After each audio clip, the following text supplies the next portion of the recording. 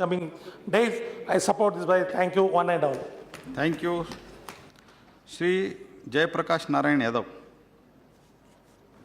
सभापति महोदय, आपने बोलने का अवसर दिया, बहुत बहुत धन्यवाद।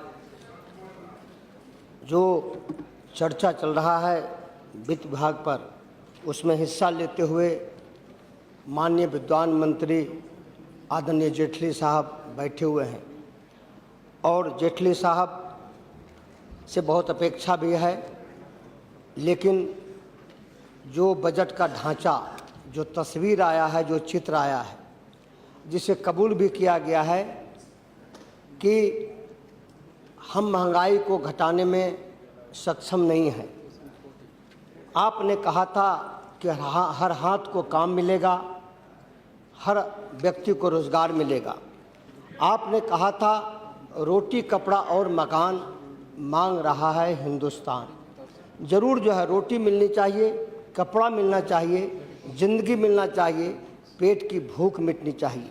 ये हमारी आज़ाद भारत में हर इंसान सुखी जीना चाहता है, समृद्धि के साथ जीना चाहता है, अपने हक और हकूक़ के साथ जीना चाहता है। समाज का जो अंतिम जन जो हज़ारों साल से बैसाखी के भरोसे चलता रहा, जिनके आंखों में हज़ारों साल से आंसू बह रहा है, वह इंसान चाहता है कि हम मुख्य धारा में जुटें। वह तो अपना छोटे छोटे कामों के माध्यम से अपनी ज़िंदगी को जो है अच्छा बनाना चाहता है और बढ़ना चाहते हैं। आज हम मानते हैं कि हमारा लक्ष्य आधारित बजट नहीं है। जो महसूस कर रहे हैं, जो अर्थशास्त्रियों का भी रिपोर्ट आ रहा है कि लक्ष्य आधारित बजट नहीं है।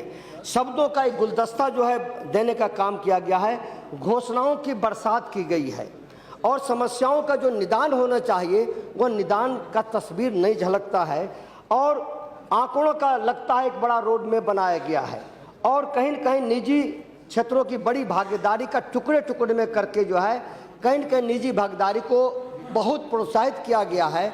एफडीआई का मामला हो या तो जो पीपी मोड का मामला हो। इसलिए आज कई ऐसे सवाल हैं कि आज कर प्रबंधन को कैसे हम बेहतर करें। आज महंगाई पर रोक लगाने के सवाल पर क्यों नहीं 1.5 महीना में महंगाई एक कदम पीछे आई बल्कि 5 कदम आगे बढ़ गई। हम महंगाई पर रोक नहीं लगा पाए।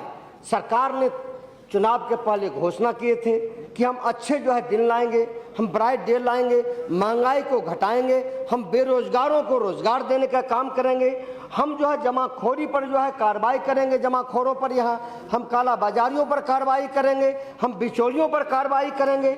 आज कई ऐसे चीज़ हैं जिससे दिखाई पड़ता है और नौजवानों में निराशा का वातावरण दिखाई पड़ता कि आज नौजवानों के लिए रोजगार के अवसर क्या क्या हैं, कौन से उनके जो कालबद्ध योजना है, कौन से कालबद्ध योजना के तहत जो है नौजवानों को हम रोजगार दे रहे हैं। घोषणा किया गया था कि 5 करोड़ नौजवानों को हम 5 साल में नौकरी देंगे। प्रत्येक साल जो है 1 करोड़ होता है, प्रत्येक महीना 5 लाख होता है। तो 2 महीना निकल गया, 3 महीना के बाद ही बताइए, 4 महीना का बाद ही बताइए कि 5 करोड़ नौजवानों को हम कैसे नौकरी देने का हम प्रबंधन करेंगे। निराशा का वातावरण बनते जा रहा है। आज एससी है, एसटी है और जो गरीब गुरबा है ओबीसी है।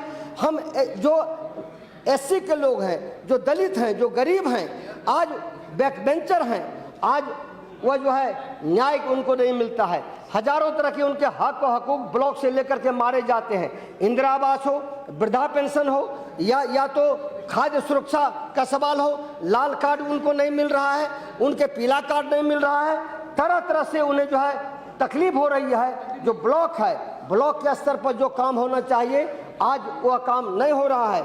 जहां एसटी का सवाल है, जो आदिवासी भाई हैं, जंगल में रहते हैं, कोल में रहते, कंदरा में रहते, पहाड़ों में रहते, जो उनका वही इतिहास है आदिम सभ्यता का, लेकिन आज वहां पर कुआं नहीं है, पीने का पानी का प्रबंधन नहीं है। आज भी हमारा क्षेत्र जो बांका का इलाका है, हमारा मुंगेर, भागलपुर और जम्मू का इलाका है, आज भी नदी और कछार के पानी हमारे गरीब भाई पीते हैं, आदिवासी भाई पीते हैं। जरूर संवेदनशील होना चाहिए, सदन को होना चाहिए, माननीय मंत्री जी को होना चाहिए कि बांका संसदीय क्षेत्र से हम आते हैं, यहाँ कटोरिया, चानन और बेलहर का इलाका है, फोलीडमर का इलाका है, बौसी का इलाका है, जो बाराहाट का इलाका है, वहाँ पर आज जो है लोग नदी के पानी आज जो है पीने पर जो है आज पानी पीने का काम करते हैं। हमें केसनियाओं करखनिया माल को एक करना चाहिए और नरेगा पर हमें ध्यान देना चाहिए। जो कटाव का इलाका हमारा माननीय बुलो मंडल जी के क्षेत्र का है, भारी कटाव हो रहा है,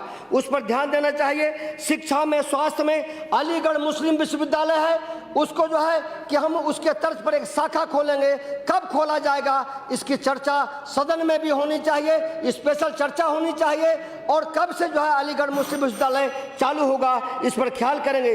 हम 2 मिनट में बैठ जाते हैं। पक्के मकान का सवाल या तो सिल्क उद्योग का सवाल। बांका में सिल्क उद्योग है जहां माइनॉरिटी के भाई काम करते हैं, भागलपुर सिल्क का नगरी कहा जाता है।